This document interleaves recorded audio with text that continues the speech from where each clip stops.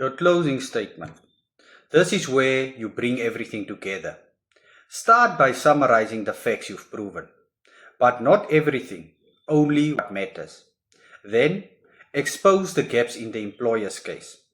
Where did their version fall apart and where is the evidence missing? Now, anchor yourself in the record. Refer back to your documents, your timeline, your witnesses, and all your evidence. And then apply the law. Was the process fair? Was the outcome justified? That's the fairness test. Finally, be clear on what you want. What sanction would be appropriate? Most employees don't lose on truth.